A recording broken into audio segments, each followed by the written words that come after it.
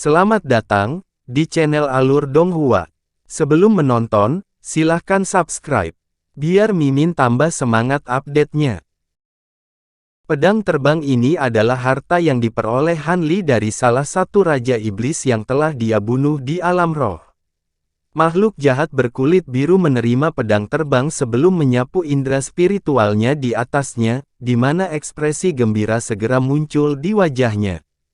Terima kasih, Senior. Aku menukarkan logam iblis asing ini dari orang lain, dan sepertinya sudah berpindah tangan beberapa kali sebelumnya, jadi aku khawatir aku tidak tahu dari mana asalnya.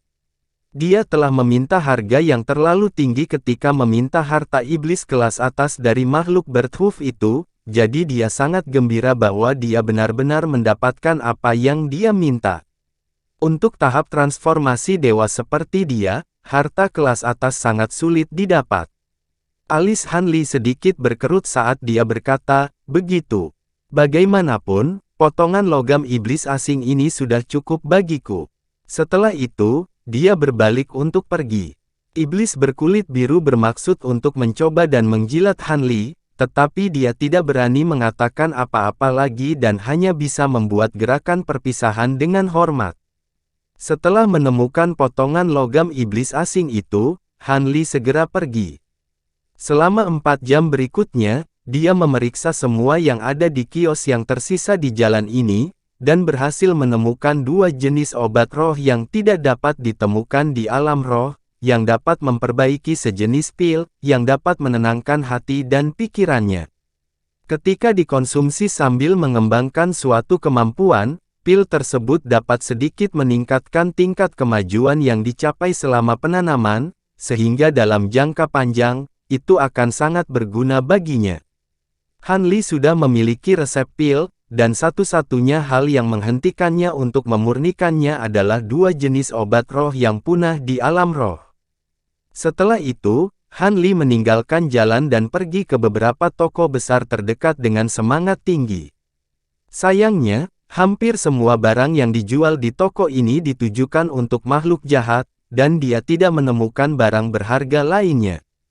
Pada titik ini, hari sudah agak larut, dan jumlah orang di jalanan mulai berkurang, sementara toko-toko tutup satu demi satu pada malam hari. Han Li menyewa kamar rahasia independen di sebuah penginapan dan tinggal di sana untuk saat ini. Dia membuat beberapa lapisan batasan di ruang rahasia, dan baru kemudian dia mengeluarkan potongan logam iblis asing itu sebelum menilainya dalam diam. Sepotong logam berkilauan dengan cahaya metalik, tapi permukaannya sangat bergelombang dan tidak rata. Anehnya, tidak hanya benda ini melepaskan ki jahat yang pekat, juga diselingi dengan gumpalan ki spiritual. Ini adalah bahan langka yang mengandung ki spiritual dan ki jahat. Namun, Han Li tidak hanya membeli potongan logam ini saja. Setelah menilainya dalam diam untuk waktu yang lama, dia melemparkannya ke depan, dan itu melayang di udara di depannya saat dia menyapukan jari ke arahnya. Seberkas cahaya biru melesat dalam sekejap, dan potongan logam itu langsung teriris menjadi 2, di mana benda seukuran kacang jatuh. Han Li membuat gerakan meraih untuk menarik benda itu ke dalam genggamannya, dan ternyata itu adalah manik kristal abu-abu. Jadi benar-benar ada sesuatu yang bersembunyi di sini. Aku perlu memeriksanya lebih jauh untuk melihat apakah itu akan berguna bagiku, gumam Han Li tersenyum sebelum menyuntikkan indera spiritualnya ke dalam manik. Namun, di detik berikutnya, ekspresinya tiba-tiba berubah drastis, dan dia segera membuang manik kristal itu. Ledakan gemuruh yang mirip dengan petir meletus dari manik, dan itu mulai melepaskan aura yang menakutkan. Pada saat yang sama, pilar tebal berwarna abu-abu muncul dari manik sebelum menabrak batasan yang dipasang di langit-langit seperti kilat. Beberapa lapisan penghalang cahaya terkoyak tanpa mampu memberikan perlawanan apapun, dan hanya setelah menabrak batasan terakhir, pilar cahaya berhenti sebentar di jalurnya. Selama penundaan sepersekian detik ini, Han Li bergegas ke udara di atas pilar cahaya dengan ekspresi gelap sebelum menekan telapak tangannya ke bawah. Tangan emas raksasa yang bersinar segera muncul, dan pilar cahaya itu benar-benar terhenti. Namun, ekspresi Han Li tidak mereda sedikit pun saat melihat ini. Jari-jarinya sedikit gemetar, dan lengannya perlahan didorong ke belakang oleh pilar cahaya abu-abu. Ekspresi terkejut muncul di wajah Han Li sebagai tanggapan atas perkembangan ini. Setelah itu dia mengeluarkan harum dingin, dan lengannya tiba-tiba menjadi lebih tebal di tengah kilatan cahaya keemasan. Lengan bajunya langsung terkoyak, memperlihatkan lapisan sisik emas yang berkilauan, dan dia perlahan menutup jarinya. Semburan kekuatan pembatas yang sangat besar segera muncul di sekitar pilar cahaya abu-abu, menghancurkannya menjadi bola cahaya berdiameter beberapa kaki sebelum ditarik ke genggaman tangan emas raksasa dalam sekejap. Setelah itu, Han Li melantunkan sesuatu dan mengibaskan serangkaian segel mantra ke arah tangan emas raksasa dengan 10 jarinya. Tangan emas itu kabur sebelum berubah menjadi serangkaian rune emas yang menyelimuti bola cahaya abu-abu. Bola cahaya awalnya dalam keadaan sangat tidak stabil dan tampak seolah-olah bisa meledak kapan saja, tetapi langsung meredup dan berhenti. Baru pada saat itulah ekspresi Han Li sedikit mereda, dan dia turun kembali ke tanah sebelum melambaikan tangan untuk menarik bola cahaya ke genggamannya. Kekuatan yang terkandung di dalam bola cahaya itu benar-benar luar biasa, bahkan Han Li tidak dapat sepenuhnya menekannya tanpa menggunakan seni Provenance True Devil. Namun, di bawah batasan yang dilepaskan, itu menjadi sangat tenang, sangat kontras dengan kekuatan menakutkan yang baru saja ditampilkan. Han Li menilai bola cahaya dalam diam dengan alis berkerut. Dia sedikit terkejut dengan kekuatan bola cahaya, tetapi yang paling dia minati adalah jenis energi yang membentuk objek ini. Han Li secara paksa membeli logam iblis asing ini bukan hanya karena dia telah melihat sesuatu di dalam potongan logam menggunakan mata rohnya, tetapi juga karena dia telah diserang oleh perasaan yang sangat mendalam dalam pengertian spiritualnya. Ini jelas merupakan barang yang sangat berharga, dan tampaknya juga sangat penting baginya. Di basis kultivasinya saat ini, Han Li secara alami menanggapi sinyal spiritual ini dengan sangat serius. Sinyal ini sangat jarang muncul, dan tidak dijamin selalu benar, tetapi jelas tidak dapat diabaikan. Meskipun Han Li hanya memeriksa sebentar manik itu dengan indera spiritualnya sebelum menariknya, dia masih berhasil merasakan beberapa hal. Namun, jika dia ingin mendapatkan beberapa informasi yang berguna, maka diperlukan pemeriksaan lebih lanjut. Namun, energi yang dibentuk oleh bola cahaya itu sangat istimewa, dan tampaknya perasaan spiritual yang normal akan segera menjadi sangat keras saat bersentuhan dengannya. Dengan demikian, banyak hal dibuat lebih bermasalah. Han Li menarik napas dalam-dalam saat ekspresi serius muncul di wajahnya. Pada saat yang sama, dia mengaktifkan teknik pengembangan hebat dan teknik penyempurnaan roh, di mana indera spiritualnya membengkak secara drastis. Cahaya biru melintas di dalam matanya, dan serangkaian benang cahaya yang hampir transparan keluar dari glabelanya, lalu menghilang menjadi bola cahaya dalam sekejap. Itu adalah manifestasi substansial dari indera spiritualnya, dan ada lebih dari 100 di antaranya, jelas menunjukkan bahwa indera spiritual Han Li telah mencapai tingkat yang sangat menakutkan. Pada saat benang-benang ini menghilang ke dalam bola cahaya, benang itu sedikit bergetar dan mulai menunjukkan tanda-tanda ketidakstabilan lagi. Han Li segera menyuntikkan lebih banyak kekuatan sihir ke dalam rune emas yang mengelilingi bola cahaya saat melihat ini, dan mereka membentuk jaring emas yang menyatu dengan keras di tengah kilatan cahaya keemasan. Alhasil, bola cahaya itu langsung tenang kembali. Han Li menghela nafas lega, lalu menutup matanya saat dia mulai memeriksa bola cahaya dengan hati-hati. Beberapa saat kemudian, ekspresi kaget muncul di wajahnya, hanya untuk segera digantikan oleh ekspresi ekstasi. Namun, ekspresi gembira ini hanya bertahan sesaat sebelum digantikan oleh ekspresi bingung dan ragu-ragu. Han Li membuat segel tangan, dan semua benang tembus pandang langsung ditarik. Setelah itu, dia perlahan membuka matanya, tetapi alisnya berkerut. Sungguh luar biasa untuk berpikir bahwa ada sesuatu di dunia ini yang dapat sepenuhnya memadukan ki jahat dan ki spiritual. Ini sempurna untuk provenance True Devil Arts. Saya seharusnya dapat dengan mudah mengubahnya menjadi kekuatan sihir untuk diri saya sendiri bahkan tanpa harus menyempurnakannya. Mungkinkah sesederhana itu? Aku juga tidak ingat pernah melihat catatan tentang hal seperti ini, Han Li bergumam dengan ragu-ragu. Baiklah, aku akan mencobanya dulu. Han Li segera mengambil keputusan, dan dia mulai melantunkan sesuatu sambil membuat serangkaian segel tangan, lalu mengulurkan jari ke arah bola cahaya. Permukaan bola cahaya yang bergelombang segera mulai berubah, dan pada akhirnya, bagian seukuran telur dikeluarkan di tengah kilatan cahaya. Sebelum bagian yang diekstraksi ini bisa meledak, nyanyian Han Li tiba-tiba berhenti, dan tangannya melesat seperti kilat untuk meraihnya. Setelah itu dia segera melepaskan seni iblis sejati asalnya. Proyeksi emas setinggi sekitar 10 kaki muncul di belakangnya, dan secara bertahap menjadi lebih jelas. Pada saat yang sama, bola cahaya abu-abu di genggamannya mulai menyusut dengan kecepatan yang dapat dilihat oleh mata telanjang, dan itu benar-benar menghilang setelah beberapa tarikan napas. Seperti yang diharapkan, esensi sejati di dalam tubuhku telah sedikit ditingkatkan. Jika menyerap semua ini, peningkatannya akan sangat fenomenal. Ekspresi gembira dan bersemangat muncul di mata Han Li. Apa sebenarnya benda ini? Jelas tidak ada kotoran sama sekali, jadi bagaimana bisa begitu banyak kotoran muncul setelah proses konversi?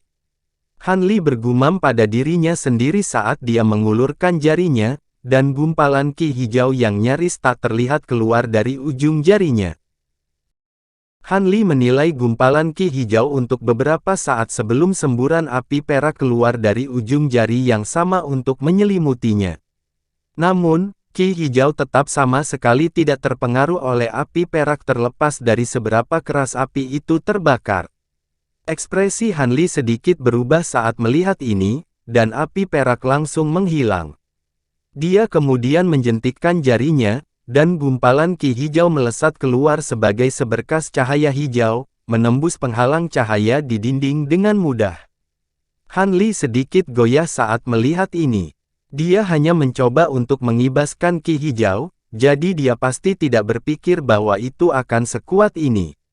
Fluktuasi spasial meletus, dan seberkas cahaya hijau melesat langsung ke arah Han Li. Han Li secara alami agak terkejut dengan perkembangan ini, tetapi tanggapannya sangat cepat.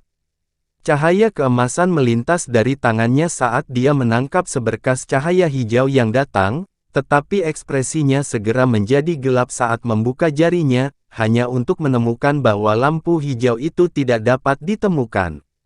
Lampu hijau telah sepenuhnya mengabaikan tubuhnya yang sangat kuat dan masuk ke tangannya tanpa hambatan.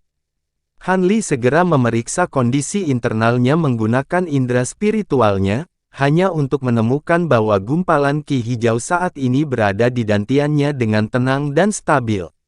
Alis Han Li berkerut sedikit saat dia menyapu hijau menggunakan semburan besar esensi sejati, lalu memaksanya keluar dari tubuhnya lagi. Pada kesempatan ini, ki hijau hanya dikeluarkan beberapa kaki dari tubuhnya sebelum ditembakkan kembali dalam sekejap. Esensi sejati yang menyelimutinya tidak dapat menghalanginya sedikit pun. Hati Han Li tersentak saat dia langsung menyulap penghalang emas dari cahaya spiritual pelindung, dan pada saat yang sama, cahaya biru melintas di matanya saat dia menatap dengan saksama pada seberkas cahaya hijau yang mendekat. Lampu hijau menembus cahaya spiritual pelindungnya seolah-olah itu tidak ada, lalu segera kembali ke dantiannya, membuatnya benar-benar bingung. Setelah itu, tidak peduli apa yang dia coba untuk mengeluarkan ki hijau, semuanya berakhir dengan kegagalan, dan dia juga tidak dapat menghancurkan atau memperbaikinya. Gumpalan ki hijau tampaknya telah mengidentifikasi tubuhnya sebagai rumah, terlepas dari seberapa jauh itu dipaksa keluar atau pembatasan apa yang digunakan padanya, itu akan langsung menghilang sebelum kembali ke tubuhnya. Setelah gagal menjebak Qi Hijau bahkan dengan kuali kata ungu, ekspresi Han Li menjadi sangat tegang. Sepertinya Qi Hijau ini tidak menyebabkan kerusakan pada tubuhnya, tetapi bagaimana dia bisa tenang mengetahui bahwa ada sejenis energi asing yang berada di tubuhnya. Fakta bahwa Qi Hijau dapat kembali ke tubuhnya dengan akurasi yang tepat setiap saat menunjukkan bahwa itu entah bagaimana telah mengunci jiwanya. Kalau begitu, hanya ada satu hal lagi yang bisa dia coba. Setelah membuat keputusan, Han Li membuat segel tangan dan mulai melantunkan mantra, di mana proyeksi emas dengan 3 kepala dan 6 tangan muncul di belakangnya. Proyeksi kemudian mengambil bentuk yang substansial, setelah itu Han Li melepaskan tangisan rendah dan meletakkan tangannya di atas kepalanya sendiri. Suara gedebuk terdengar saat bola cahaya hitam menghilang ke dalam tubuh emas dalam sekejap, itu tidak lain adalah Nas Chen Sol keduanya. Segera setelah itu, Han Li menunjuk satu jari ke arah tubuh emas, lalu menggunakan esensi aslinya untuk mengeluarkan gumpalan Qi Hijau sekali lagi. Pada kesempatan ini, ia menghilang ke dalam Nas Chen Sol kedua di dalam tubuh emas, dan menempatkan dirinya di dalam dantian dari Nas Chen Sol lagi. Di sana gumpalan Qi Hijau tetap ada tanpa menunjukkan tanda-tanda kembali ke tubuh Han Li, dan dia menghela nafas lega setelah melihat ini. Namun, dia tidak berhenti di situ. Setelah itu, dia menjentikkan serangkaian segel mantra ke arah tubuh emas dengan jari-jarinya, dan Nas Chen Sol kedua tampaknya duduk dengan sikap diam di dalam tubuh emas, tetapi ki jahat di dalam tubuhnya melonjak dan membentuk rangkaian dari rune hitam. Rune ini menyelimuti gumpalan Qi Hijau dan langsung membentuk bola kristal hitam untuk menyegel Qi Hijau. Tubuh emas itu kemudian hancur dan menghilang untuk mengungkapkan Nas Chen Sol kedua, yang memasang ekspresi tenang saat menyatukan telapak tangannya sebelum memisahkan mereka lagi. Bola kristal hitam muncul, dan ditangkap oleh Nas Chen Sol kedua, setelah itu menghilang ke tubuh Han Li sebagai bola cahaya hitam. Han Li membuat penilaian singkat tentang kondisi Nas Chen Sol kedua, dan dia cukup lega melihat bahwa itu tetap tidak terluka. Meskipun dia tidak bisa sepenuhnya mengeluarkan Qi Hijau, itu seharusnya tidak menimbulkan masalah baginya sekarang karena berada di bawah kendali Nas Chen Sol kedua. Begitu dia menemukan cara untuk membasmi atau memperbaikinya di masa depan, dia akan mampu merawatnya secara permanen. Namun, selama periode waktu ini, akan bijaksana baginya untuk menggunakan Nas Chen Sol keduanya sesedikit mungkin jika terjadi sesuatu dengan Qi Hijau itu. Setelah itu, Han Li mengalihkan perhatiannya kembali ke bola cahaya yang diselimuti oleh rune emas, dan dia menemukan bahwa dia telah menyerap kurang dari 1/10-nya, tetapi esensi sejatinya telah ditingkatkan ke tingkat yang sama dengan 7 atau lebih, 8 tahun kultivasi yang sulit. Jika dia mengubah seluruh bola cahaya ini menjadi esensi pohon, itu akan bisa menyelamatkannya selama lebih dari 100 tahun kultivasi, jadi dia pasti tidak bisa menyerah. Setelah jeda singkat untuk perenungan, Han Li mengayunkan lengan baju ke udara untuk melepaskan botol emas kuno yang berkilauan. Botol itu terbalik, dan semburan cahaya 5 warna dilepaskan dari lubangnya, yang menyedot bola cahaya abu-abu ke dalam botol. Botol itu kemudian terbang ke lengan baju Han Li dan disimpan dengan hati-hati. Dia telah memutuskan bahwa dia akan melakukan yang terbaik untuk mencari lebih banyak manik-manik kristal ini di alam iblis Penatua. Jika dia dapat menemukan cukup manik-manik itu dan mengatasi masalah Qi Hijau, mungkin dia akan dapat mencapai puncak tahap integrasi tubuh akhir dalam waktu yang sangat singkat. Jika dia bisa melakukan itu, maka itu akan menjadi kesempatan yang cemerlang. Han Li menjadi agak bersemangat ketika dia memikirkan hal ini, dan dia mengangkat tangan untuk mengambil manik kristal itu lagi. Setelah menyuntikkan rasa spiritualnya ke dalamnya, dia menemukan bahwa itu benar-benar kosong, dan semua energi aneh yang terkandung di dalamnya telah menghilang. Mungkin dia akan dapat menggunakan barang-barang ini di masa depan untuk menemukan asal sebenarnya dari bola cahaya abu-abu itu. Bola cahaya abu-abu memiliki properti luar biasa untuk dapat langsung diubah menjadi esensi sejati, tetapi selain dari orang-orang seperti Han Li, yang menggunakan seni kultivasi khusus seperti Provenance True Devil Arts, hanya ada sedikit orang yang benar-benar bisa memanfaatkan jenis energi ini. Selain itu, seseorang tidak hanya harus menggunakan seni kultivasi khusus seperti ini, mereka juga harus memiliki kemampuan untuk merasakan jenis energi ini. Dalam kasus Han Li, itu adalah kombinasi dari kemampuan mata rohnya dan perasaan mendalam yang telah dia rasakan dalam pengertian spiritualnya. Han Li sangat senang dengan hasil yang dia peroleh, dan setelah menyelesaikan pemeriksaannya atas segalanya, dia mulai bermeditasi. Dia telah memutuskan untuk menjelajahi semua toko di Blood Crow City selama beberapa hari ke depan untuk melihat apakah dia dapat menuai beberapa hadiah lain, dan juga untuk melihat apakah dia dapat menemukan lebih banyak manik-manik kristal ini. Malam yang lancar berlalu, dan keesokan paginya, Han Li muncul dari penginapan dengan tenang sebelum perlahan mengunjungi toko-toko di sepanjang jalan terdekat. Dia telah menuai banyak hadiah tak terduga selama ini, dan juga menemukan beberapa potongan logam iblis asing, tetapi tidak menemukan manik-manik kristal lain. Namun, Han Li tidak terlalu kecewa dengan ini. Lagi pula, sesuatu yang dapat secara langsung meningkatkan esensi sejatinya pasti sangat langka, dan akan sangat aneh jika dia dapat menemukan hal-hal seperti itu di kota ini dalam jumlah besar. Pada saat yang sama, Han Li telah mengumpulkan beberapa informasi tentang pelelangan yang akan diadakan di kota. Ini adalah lelang 2 tahunan yang biasa diadakan di Blood Crow City, dan selama setiap lelang, makhluk iblis tingkat tinggi yang melewati atau tinggal di kota akan mengeluarkan beberapa barang berharga untuk dilelang. Secara khusus, mereka yang berburu binatang buas di padang rumput semua akan menjual bahan binatang buas yang tidak berguna bagi mereka selama lelang Blood Crow City, lalu membeli harta dan pil yang berguna. Karena munculnya gelombang binatang buas ini, jumlah makhluk jahat bermutu tinggi di kota itu jauh lebih tinggi dari biasanya, sehingga kuantitas dan kualitas barang lelang juga akan jauh lebih tinggi daripada lelang sebelumnya.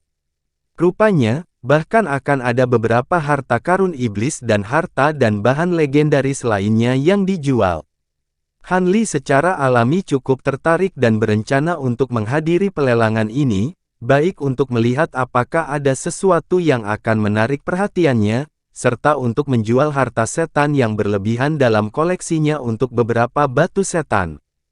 Meskipun batu iblis ini hampir tidak berpengaruh pada kultivasinya, dia berencana untuk tinggal di alam iblis Penatua.